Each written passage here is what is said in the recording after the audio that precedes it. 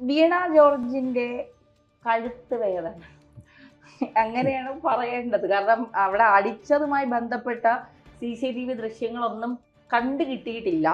കോൺഗ്രസ് ഇനാമൊക്കെ പ്രഖ്യാപിച്ചിട്ടുണ്ട്. 1 പവൻ സ്വർണം വരെ കൊടുക്കാമെന്നാണ് പറയുന്നത്. സ്വർണത്തിന്റെ വില ഇങ്ങനെ കയറി പോകുമ്പോഴും അതിനുള്ള മനസ്സുണ്ടായല്ലോ എന്നുള്ളതാണ് കുഴിമന്തി കൊടുക്കും.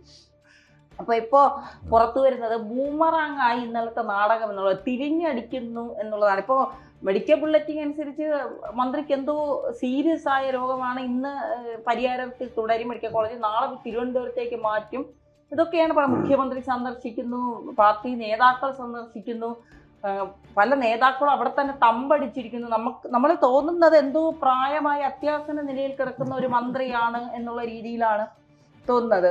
അപ്പോ എന്താണ് ഈ നാടകം കൊണ്ട് ഇവർ ഉദ്ദേശിച്ചത്? ഇവരുടെ ഉദ്ദേശം വളരെ വലുതായിരുന്നു. നല്ല തിരക്കഥയായിരുന്നു. ആരെഴുതിയെന്നറിയില്ല. പക്ഷെ തിരക്കഥയിൽ ചെറിയ ഈ നാടകം അഭിനയിക്കുമ്പോൾ ചെറിയ പ്രശ്നമുണ്ട്. ചില ക്യാരക്ടർ മാറിപ്പോവും, ഡയലോഗ് മാറിപ്പോവും. പഴയ കാലത്ത് സ്കൂളിൽ നാടകമൊക്കെ അവതരിപ്പിക്കുമ്പോൾ ഡയലോഗ് മാറിപ്പോവും. ഇപ്പൊ നിങ്ങൾ പറയുന്ന ഡയലോഗ് ഞാൻ പറയുന്ന ഡയലോഗ് നിങ്ങളും പറഞ്ഞ ആൾക്കാർക്ക് പ്രശ്നമായി കോൺഫ്യൂഷൻ. ഇവിടെ പ്രശ്നം എന്താ വെച്ചാൽ വീണ ജോർജിന്റെ ഇമേജ്, അതുവഴി സർക്കാരിന്റെ ഇമേജ് തന്നെ വളരെ താന്നിരിക്കുന്ന ഒരു അവസരമാണ്. വല്ലാതെ വിമർശിക്കപ്പെടുന്നുണ്ട് അവർ. ഒരുപാട് വെളുപ്പിക്കാൻ ശ്രമിച്ചാലും നടക്കുന്നില്ല. കാരണം നിരവധി ആരോപണങ്ങൾ ആരോഗ്യ വകുപ്പിനെ പറ്റി വരുന്നുണ്ട്. അതിനെയൊക്കെ വളരെ ലഘുവായിട്ട് ഇവർ എടുക്കുകയാണ്. ഇവരെ സംബന്ധിച്ചിടത്തോളം ഞാൻ വിചാരിക്കുന്ന റിപ്പോർട്ട് മന്ത്രി എന്ന് അവരെ വിളിക്കുക. നിങ്ങൾ 5 കൊല്ലമായി ഇവരുടെ വിഷ്വൽ എടുത്താൽ ഏത് സംഭവം നടന്നാലും റിപ്പോർട്ട് തേടിയിട്ടുണ്ടെന്ന് പറയും. ആ റിപ്പോർട്ടിന് പിന്നെ എന്ത് ചെയ്തു എന്നുള്ളത് നമുക്കറിയില്ല. അപ്പൊ ഹർഷീനയുടെ റിപ്പോർട്ട് തേടിയിട്ട് 5 കൊല്ലമായി. ഹർഷീനയുടെ കത്തിരിയുടെ പ്രശ്നം അറിയാൽ കോഴിക്കോട്. അപ്പോൾ റിപ്പോർട്ട് തേടിയിട്ടൊന്നുമില്ല. ആംബുലൻസിൽ റേപ്പ് ചെയ്യാൻ ശ്രമിച്ച ഒരു കേസുണ്ട്, അത് ഇതുവരെ ഇല്ല. ICUവിൽ സ്ത്രീ അപമാനിച്ച ഒരു കേസുണ്ട്. ഇപ്പത് ആലപ്പുഴ വേറൊരു കത്രികയുടെ പ്രശ്നം വന്നു. നമ്മുടെ കോട്ടയത്തെ മെഡിക്കൽ കോളേജ് ഇടിഞ്ഞു പൊളിഞ്ഞു, ഒരു കെട്ടിട്ട് ഇടിഞ്ഞു വീണ ഒരാൾ മരിച്ചു, ബിന്ദു. അങ്ങനെ നിരവധി ആരോപണങ്ങൾ ആരോഗ്യ വകുപ്പിനെ പറ്റിയുണ്ട്. പിന്നെ സാധനങ്ങളില്ല. ഡോക്ടർ ഹാരിസ് വളരെ അവിടെ ഇല്ല. ഇപ്പൊ ആളുകളുടെ മുഴുവൻ പരാതി പറയുന്നത് ചക്ക വീണ ഒരാൾക്ക് അവിടെ പറ്റിയിരുന്നു. അപ്പോൾ ആളുകൾ പഞ്ഞി കൊണ്ടിയല്ലണം, മറ്റേ സിറിഞ്ച് കൊണ്ടിയല്ലണം എന്നൊക്കെ പറയുന്നതും. ഇപ്പോൾ മാത്രമല്ല, കാശ് കൊടുത്താലേ ചെയ്യുള്ളൂ. നെടുമങ്ങാട് ഡോക്ടറെ കുറിച്ചുള്ള പരാതി വന്നത് കാശ് കൊടുത്താലേ ചെയ്യൂ. അത് അവർ ആദ്യത്തെ രോഗിയോട് പറയുന്നതല്ലല്ലോ. ഇപ്പൊ ഈ നെടുമങ്ങാടി ഡോക്ടർ ഇത്ര കാലം ഇവിടെ ഉണ്ട്, നമ്മുടെ ആരോഗ്യ വകുപ്പിന് ഇവരെ കണ്ടെത്താൻ പറ്റിയില്ല. ഇത്ര അഴിമതിക്കാരെയാണെന്ന് എല്ലാവർക്കും അറിയാവുന്നവരാണ്, അവരെ തൊട്ടിട്ടില്ല. അപ്പോൾ ഡോക്ടർമാർ സമരം ചെയ്യും, അതിൻ്റെ പ്രശ്നങ്ങളൊക്കെ ഉണ്ട്. എന്തായാലും ഡോക്ടർമാരുടെ സമരത്തിൽ ഒരു ഡിമാൻഡും അതാണ്. എന്താ, ഈ ഞങ്ങൾക്ക് സൗകര്യങ്ങളില്ല, സ്റ്റാഫില്ല, മറ്റേ മെറ്റീരിയൽസ് ഇല്ല, എക്യുപ്മെൻറ്റ്സ് ഉണ്ട്, ഈ പ്രവർത്തിപ്പിക്കാൻ ആളില്ല. ഇങ്ങനെയുള്ള നിരവധി പ്രശ്നങ്ങൾ ഡോക്ടർമാർ പറയുന്നുണ്ട്. അപ്പോൾ അത്രയും ഒരു വളരെ കുറഞ്ഞ എന്തൊക്കെ PR നടത്തിയാലും ലോകോത്തര ആരോഗ്യമാണെന്ന് പറഞ്ഞാലും ഇന്നും കേരളത്തിൽ ഒരു കാര്യം കൂടി അറിയേണ്ടത്, ഇന്ത്യയിൽ ഔട്ട് ഓഫ് പോക്കറ്റ് എക്സ്പെൻഡിച്ചർ ഏറ്റവും കൂടുതലുള്ള സ്ഥലം കേരളം, 70%. പക്ഷേ ആരോഗ്യരംഗത്ത് മൊത്തം ചെലവിൽ 70% സ്വകാര്യ ചെലവാണ്. 30% കേരളം എത്രയും മഹത്തരമായ ഈ നമ്പർ 1 കേരളത്തിൽ കിട്ടുന്നുള്ളൂ. അപ്പം അതൊക്കെയുള്ള പ്രശ്നങ്ങളുണ്ട്. അതിനൊരു മറുപടി കിട്ടാൻ വേണ്ടിയാണ് അവർ കണ്ണൂർ ഈ തിരക്കഥ ഉണ്ടാക്കിയത്. അതിനി എവിടെ നിന്ന് ഉണ്ടാക്കിയതാണെന്നറിയില്ല. PR കേന്ദ്രങ്ങൾ ഉണ്ടാക്കിയതാണോ, അതിന് സോഷ്യൽ മീഡിയ കേന്ദ്രങ്ങൾ ഉണ്ടാക്കിയതാണോ എന്നറിയില്ല. തിരക്കഥയുടെ ആദ്യത്തെ ഭാഗം അവർ ജയിച്ചു എന്ന് പറഞ്ഞാൽ മന്ത്രി ആക്രമിച്ചു എന്ന കേസ്.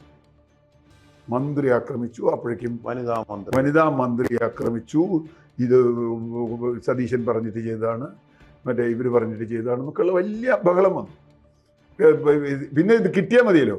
DYFIക്കാർ തിരുവനന്തപുരം മുതൽ കാസർഗോഡ് വരെ പ്രകടനം, അടിപിടി, തല്ലിപ്പൊളി, മറ്റേ ഓഫീസ് തല്ലിപ്പൊളിക്കൽ, കോൺഗ്രസിന്റെ ഓഫീസ് DCC ഓഫീസിൽ കല്ലേറ്, തല്ലിപ്പൊളിക്കൽ, മറ്റേ പുതുയുഗയാത്രയുടെ ബോർഡുകൾ തല്ലിപ്പൊളിക്കൽ, ഇങ്ങനെ കലാപരിപാടികളൊക്കെ ചെയ്തു. പക്ഷെ ഇന്നലെ രാത്രി ആയപ്പോഴേക്കും കാര്യങ്ങളാകെ മാറി.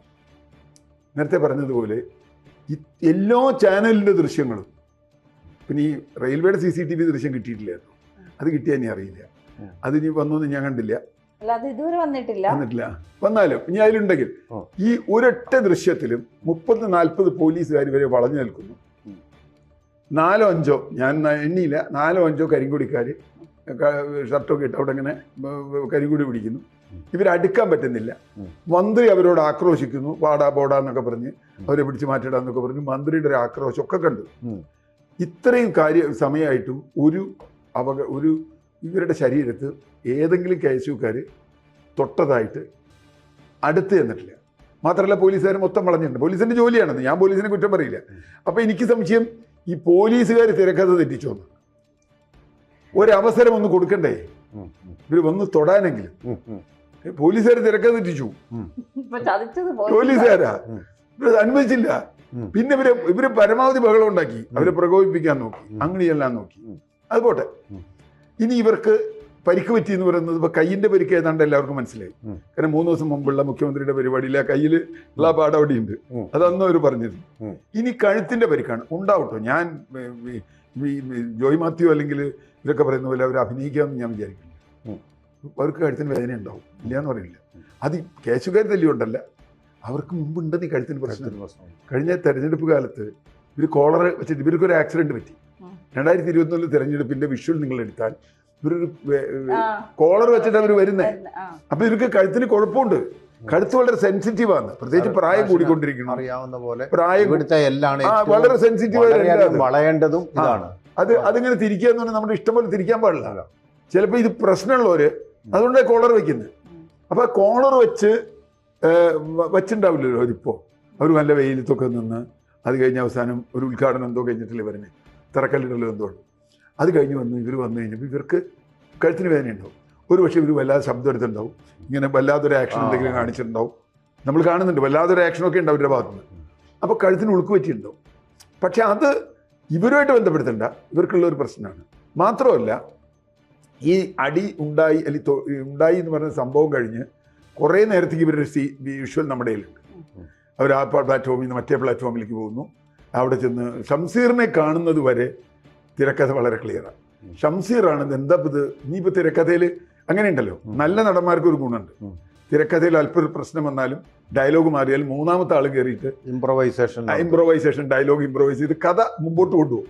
ഇവിടെ കഥ മുമ്പോട്ട് കൊണ്ടുപോകുന്നു ഷംസീറാണ്. അത് നല്ലൊരു നടനാണ് അദ്ദേഹത്തിന്. അദ്ദേഹം കഥ മുമ്പോട്ട് കൊണ്ടുപോകണം. അത് വേണം, അത് വലിയ പാഠമാണ്. അദ്ദേഹം ഫോൺ ചെയ്ത് മുഖ്യമന്ത്രി വിളിക്കുന്നു, കഴുത്തിന് വേദന, ആ കഴുത്തിന് ഇത്തിരി വേദനയുണ്ട്. ആദ്യം ഇവർ ഉന്തും തള്ളും ഉണ്ടായിന്നേ പറയുന്നുള്ളൂ, കഴുത്തിനൊന്നും ഇവർ പറയുന്നില്ല. പക്ഷെ പെട്ടെന്ന് കഴുത്തിന് വേദന വരുന്നു. അപ്പോൾ സ്വാഭാവികമായും കഴുത്തിന് വേദന വന്നിട്ടുണ്ടാവും, ഇല്ല എന്ന് ഞാൻ പറയില്ല. അവർ അഭിനയിക്കാമെന്ന് ഞാൻ പറയില്ല. ഒരാൾ വെറുതെ വേദന എന്ന് അഭിനയിക്കും, എനിക്ക് തോന്നുന്നില്ല. അപ്പോൾ കഴുത്തിന് വേദന വന്നിട്ടുണ്ടാവും. ഉടനെ ഇവർ ആശുപത്രി കൊണ്ടുപോയി. ഇപ്പോൾ വളരെ സീരിയസ് ആണ് ഇവരുടെ അവസ്ഥ എന്നുള്ള മാതിരിയാണ് പറഞ്ഞത്. ഇപ്പോൾ അതേ ബുള്ളറ്റിൻ ലാസ്റ്റ് ഞാൻ കണ്ടത് വേദന കുറവുണ്ട് എന്നാണ്. കഴുത്തിന് വേദന വന്നാൽ നല്ല വേദന വരും, അത് നല്ല കുറെ കാലം സമയം എടുക്കുമെന്ന് മാറാൻ. പക്ഷെ ICU വേണോ വെന്റിലേറ്റർ വേണോ എന്നൊന്നും എനിക്കറിയില്ല. കഴുത്തിന് വേദന വന്ന ഒരാളെ ഉടനെ ICUവിൽ ഇടണോ വെന്റിലേറ്ററിന്റെ പടം വന്നിട്ടുണ്ട്. വെന്റിലേറ്ററിൽ സ്വിച്ച് ഒന്നും ഇട്ടിട്ടില്ല, അത് വേറെ കാര്യം. ഞാൻ പറഞ്ഞ ICUവിൽ കിടത്തുന്ന 2 കാര്യമുണ്ട്. ഒന്നിപ്പോൾ മുഖ്യമന്ത്രിയെ പോലെ ആളൊക്കെ വന്ന് കാണണമെങ്കിൽ ഒരു സ്ഥലം വേണം, പിന്നെ ഇവർക്ക് ഒരു പ്രൊട്ടക്ഷൻ, അങ്ങനെ പറയാലോ. വേറെ മീഡിയക്കാരൊക്കെ വന്ന് വെറുതെ അനമ്പുണ്ടാക്കാതിരിക്കാനുള്ള. അപ്പോൾ ഇതിൽ ഏറ്റവും പ്രധാനപ്പെട്ട സംഗതി ഇവർക്ക് മുമ്പ് കഴുത്തിന് രോഗം ഉണ്ടായിരുന്നു എന്നുള്ളൊരു സത്യമാണ്. അങ്ങനെയുള്ളവർ കുറച്ച് സൂക്ഷിക്കേണ്ടതായിരുന്നു മന്ത്രി എന്നാണ് എനിക്ക് പറയാനുള്ളത്. ഇങ്ങനെ ഇത്തിരി രോഗം, എൻ്റെ കാലിന് മുട്ടിന് വേദനയുണ്ട്, ഞാൻ വല്ലാതെ സ്റ്റെപ്പ് കയറാൻ പാടില്ലല്ലോ, ഞാൻ ഒന്ന് പതുക്കെ കയറാവൂ, അതല്ലേ എൻ്റെ മര്യാദ. അത് ചെയ്തില്ല. അതുകൊണ്ട് ഉണ്ടായൊരു പ്രശ്നമാണ് ഇത്. ഇപ്പം എന്ത് പറ്റിയെന്ന് വെച്ചാൽ വെളുക്കാൻ തേച്ചത് പാണ്ട് മാത്രമല്ല, അതിൻ്റെ അപ്പുറത്തെ എന്തോ ആയി. പാണ്ട് മാത്രമല്ല, ഇപ്പോൾ PR ഈ അടിച്ചു കോൺഗ്രസ് ഓഫീസിൽ പിടിച്ചു. ഇപ്പോഴും CPM നേതാക്കന്മാരെ സംബന്ധിച്ചിടത്തോളം പിന്നെ അത് പ്രശ്നമല്ല. അവർക്ക് അങ്ങനെ തൊലി ഭയങ്കര കട്ടിയുള്ളതുകൊണ്ട് ഇനിയും പറഞ്ഞുകൊണ്ടിരിക്കാം, എൻ്റെ വിഷ്വലുണ്ട്, മറ്റേ വിഷ്വലുണ്ട്. എന്തായാലും ആ വിഷ്വൽ ഒന്ന് കൊടുത്താൽ ഒരു പവൻ സ്വർണം കിട്ടും ആർക്കായാലും. അത് മേടിക്കുകയെങ്കിലും ചെയ്യും. യൂത്ത് കോൺഗ്രസ് കാശ് പോട്ടെ. പിള്ളേരിപ്പോ AI കൊണ്ട് ആ ഇമേജ് ഉണ്ടാക്കി കൊടുത്ത് കുഴിമന്തി വാങ്ങിച്ച് കഴിക്കും, സ്വർണം വാങ്ങിക്കും. അല്ല, ആ ഇമേജ് ഒന്നും അങ്ങനെ പറ്റില്ല. അങ്ങനെ ഒരു ഇമേജ് AI കൊണ്ട് ഉണ്ടാക്കണമെങ്കിൽ കുറച്ച് പാടാണ്. അവരുണ്ടാക്കിയ പോലെ എക്സ്പെർട്ടൈസ് വേറെ ആരെങ്കിലും ഉണ്ടാക്കണ്ടേ. ഇപ്പൊ CCTV റെയിൽവേയുടെ നാളെ അത് പറയും. ഞാനൊരു ഉദാഹരണം പറയാം. ഒരു കാഫിർ സ്ക്രീൻഷോട്ട് കഴിഞ്ഞ ലോക്സഭാ തെരഞ്ഞെടുപ്പ് കാലത്ത് കേരളത്തിൽ മുഴുവൻ കിടന്ന് കളിച്ചു ഷാഫിക്കെതിരെ. അതിനൊരു മുസ്ലിം ലീഗുകാരനെ അറസ്റ്റും ചെയ്തു. അവസാനം അയാളെ വിട്ടു. ഇപ്പൊ ആരാ കാഫിർ സ്ക്രീൻഷോട്ട് ഉണ്ടാക്കിയെന്ന് ആർക്കും അറിയില്ല. അവസാനം അന്വേഷിച്ചു വന്നപ്പോൾ DYFIയുടെ ഏതോ ഒരുത്തൻ്റെ കയ്യിൽ നിന്ന് വന്നാണ്. ഇപ്പം അത് അത് അതില്ല. ഞാൻ പറഞ്ഞത് ഇങ്ങനെയുള്ള നാടകങ്ങളൊക്കെ ഇലക്ഷൻ ഉണ്ടാവും. പക്ഷെ ഇതിൽ കുഴപ്പം പറ്റിയ എന്താ വെച്ചാൽ വളരെ ഇമേജ് താന്നു നിൽക്കുന്ന മന്ത്രിക്ക് ഇമേജ് ഒന്നും കൂടി താഴേക്ക് പോകാനാണ് ഇത് കിട്ടുക. പാർട്ടിക്കാരൊക്കെ കൂടി സഹായിച്ചത് അതാ. അവർ തോൽക്കാനുള്ള വഴിയാണ് ഇപ്പോൾ ഈ ഇതിലുണ്ടാക്കി വെക്കണമെന്നാണ് എനിക്ക് മനസ്സിലായി.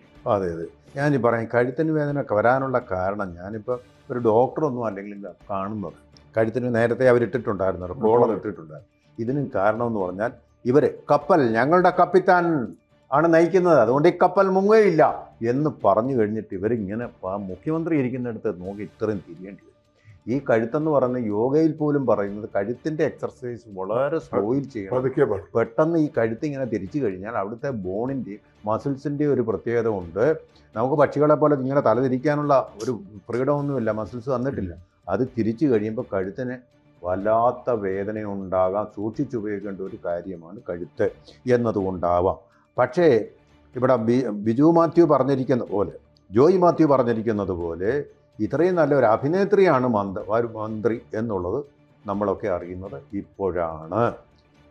സമയമനുസരിച്ച് മാറി മാറി അഭിനയിക്കുക. നല്ലൊരു അഭിനേത്രി അവരിലുണ്ട്. മോണോ ആക്ട് നേരത്തെ സമ്മാനം വാങ്ങിച്ചിട്ടുള്ള നല്ല അവതാരകയായിരുന്നു എന്ന് പേര് കേട്ട ആളാണ്. പക്ഷെ മോശം മന്ത്രിയാണ്. ആ മോശം മന്ത്രി ആയതിനുള്ള പാപപരിഹാരമായിട്ട് രചിക്കപ്പെട്ട ഒരു സ്ക്രിപ്റ്റ് ആയിരിക്കണം വെച്ചാൽ അത് പൊളിഞ്ഞുപോയി. ക്ലൈമാക്സിൽ നിന്ന് ആൻറ്റി ക്ലൈമാക്സിലേക്ക് അത് പോയി കഴിഞ്ഞു എന്നുള്ളതാണ് നമുക്ക് മനസ്സിലാവുന്ന ഒരു കാര്യം. അതുപോലെ തന്നെ ഈ മാഷ് പറഞ്ഞ പോലെ ഞാൻ വിശ്വസിക്കുന്നില്ല പോലീസുകാർക്ക് തെറ്റിപ്പോയിട്ടില്ല. എന്താണെന്നറിയാം, പോലീസുകാർക്ക് അവിടെ ഒരു മറ സൃഷ്ടിക്കണമായിരുന്നു. കാരണം ഇല്ലാത്ത ഒന്നുണ്ടായി എന്ന് ഈ മറയിൽ വെച്ചേ പറയാൻ പറ്റൂ. മനസ്സിലായില്ലേ? KSUക്കാരെ ആക്രമിക്കുന്ന ഒരു രംഗമില്ല.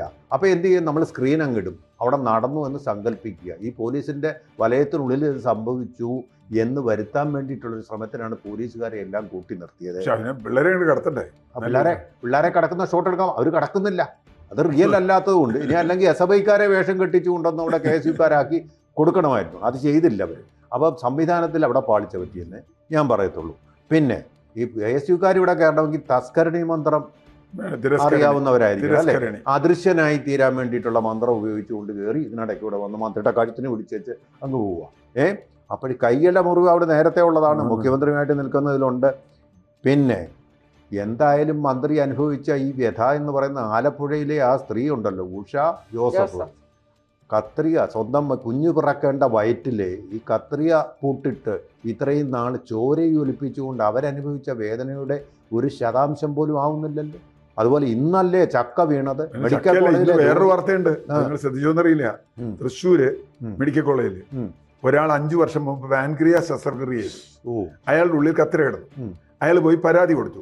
മെഡിക്കൽ കോളേജുകാർ എടുത്തില്ല. അങ്ങനെ കുറേ കാലം അങ്ങനെ കത്രിക കിടന്നു. പരാതി ഇങ്ങനെ കൂടി വന്നു. ഇപ്പൊ ഈ വിഷയമൊക്കെ വന്നപ്പോൾ ഒരു കമ്മീഷനെ വെച്ചിട്ടുണ്ട്, എന്തോ ഒരു സെക്രട്ടേറിയറ്റിൽ തെളിവെടുപ്പിന് കമ്മീഷന് ഇയാൾക്ക് ലെറ്റർ അയച്ചേക്കുക.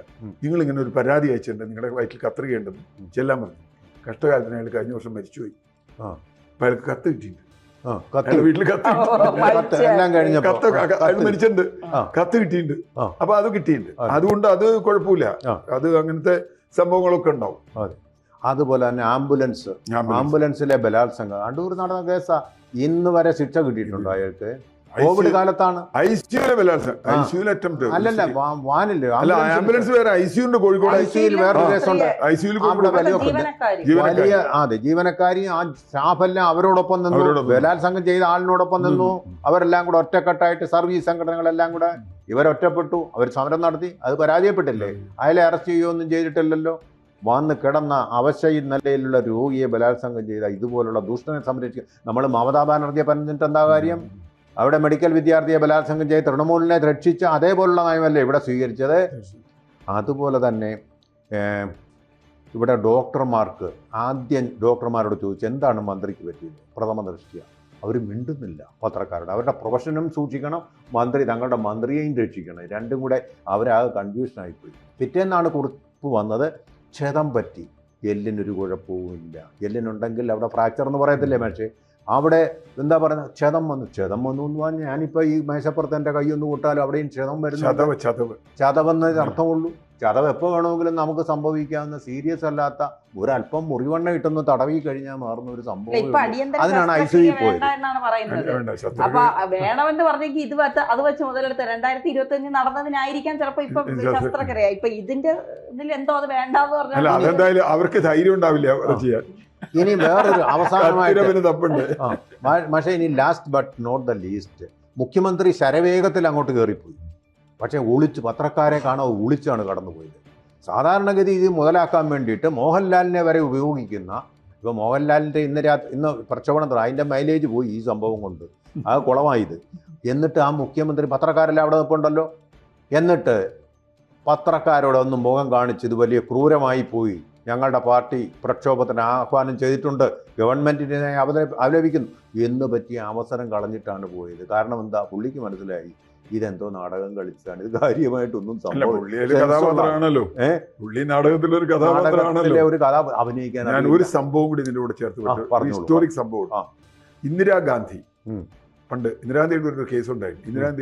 ഇന്ദിരാഗാന്ധി മേടക്കിലോ മറ്റേ മത്സരിച്ചപ്പോ അവരുടെ നേരെ ആരോ കല്ലെറിഞ്ഞു. അപ്പൊ ഇവരുടെ മൂക്കിന് പരിക്ക് പറ്റി. ഇവരിവിടെ ചികിത്സിച്ചില്ല, അവർ നേരെ ഡൽഹിക്ക് പോയി. ഡൽഹി ചെന്ന് all India institute of medical സയൻസിൽ പോയി. അവിടുത്തെ ഡോക്ടറോട് കോൺഗ്രസ്സുകാർ ആവശ്യപ്പെട്ടു, ഇവർക്ക് മുറിവുണ്ട് എന്ന് പറയാം, എല്ല് മുറിഞ്ഞുണ്ടെന്ന് പറയാം. പക്ഷെ ആ ഡോക്ടർ പറഞ്ഞു, ഞാൻ പറയില്ല, കാരണം ഇത് സത്യമല്ല, ഞാനിത് പറയില്ല എന്ന് പറഞ്ഞു. അതുകൊണ്ട് പിന്നത്തെ കഥ എന്താ വെച്ചാൽ അയാൾക്ക് കിട്ടേണ്ട ഒരു പത്മശ്രീയോ പത്മഭൂഷണോ പോയി എന്നാണ് കഥ.